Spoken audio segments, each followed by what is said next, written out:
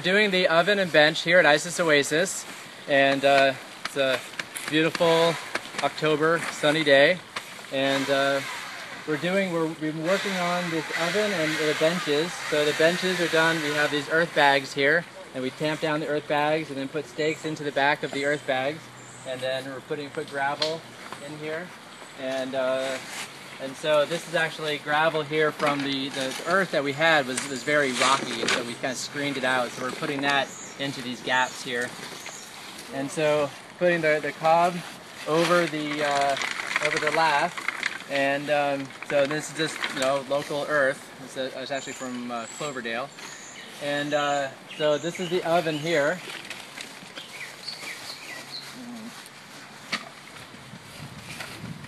So this is a very dense mix. This is about 80% sand, 20% clay, and it actually has some eggs in it also. The eggs just kind of help it make it a little stickier, and it helps to keep it from cracking. Oh, Steve, that's another thing to keep it from cracking is eggs. To keep the oven from cracking? Nice. That's a little trick I learned from a guy in Guatemala.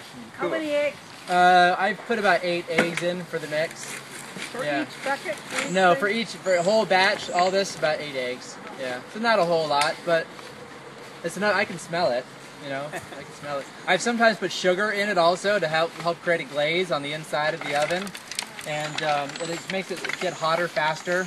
Nice. But I just know tomorrow we're gonna make a little groove in here, and that'll be we'll put a copper tube in there, coil a copper tube inside, and it'll be embedded about 2 inches inside the cob, and that'll be for a hot water feature. So when the oven's hot, we can put cold water in, and it'll coil around and come out hot. Okay, so we're finishing up our day 1 of the workshop. So this is kind of where we're at right now. We've put the cob up on the back of the bench. This is setting up pretty nicely. This is very hard right now. Very hard. We might even be able to take out the mold tomorrow. Make a little door in there. Take out the sand mold. And it's pretty comfortable.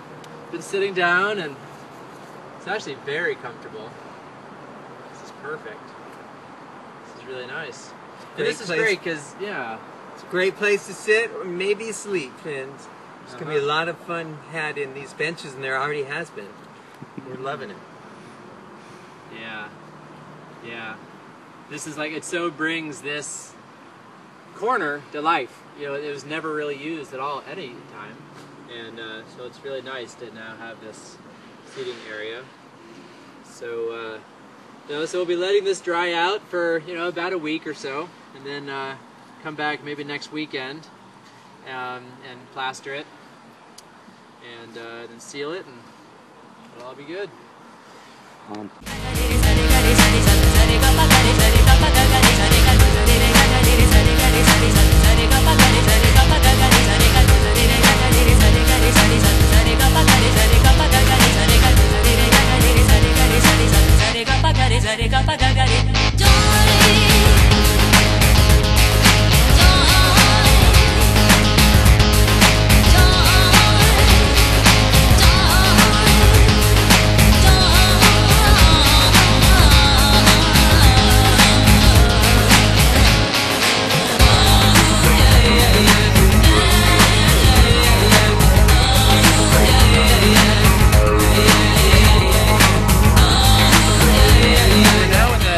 Plastering process of our project.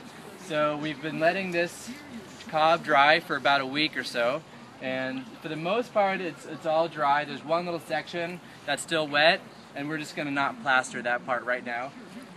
So this plaster mix, this is a sand. It's 3 parts sand, 1 part lime, and then about a half of a part of cement. I'm putting some cement in here because I don't think this is going to have a roof over it. And so to make it last forever and to make it a little more water resistant, I add a little bit of cement to it. And then I add a little bit of iron oxide pigment, stone ground down into a powder. And then, so we're putting this on.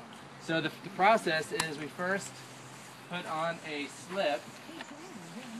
And the slip is just the lime water. And the lime water and the water. So we put that on, and then we take our plaster mix then just put it on.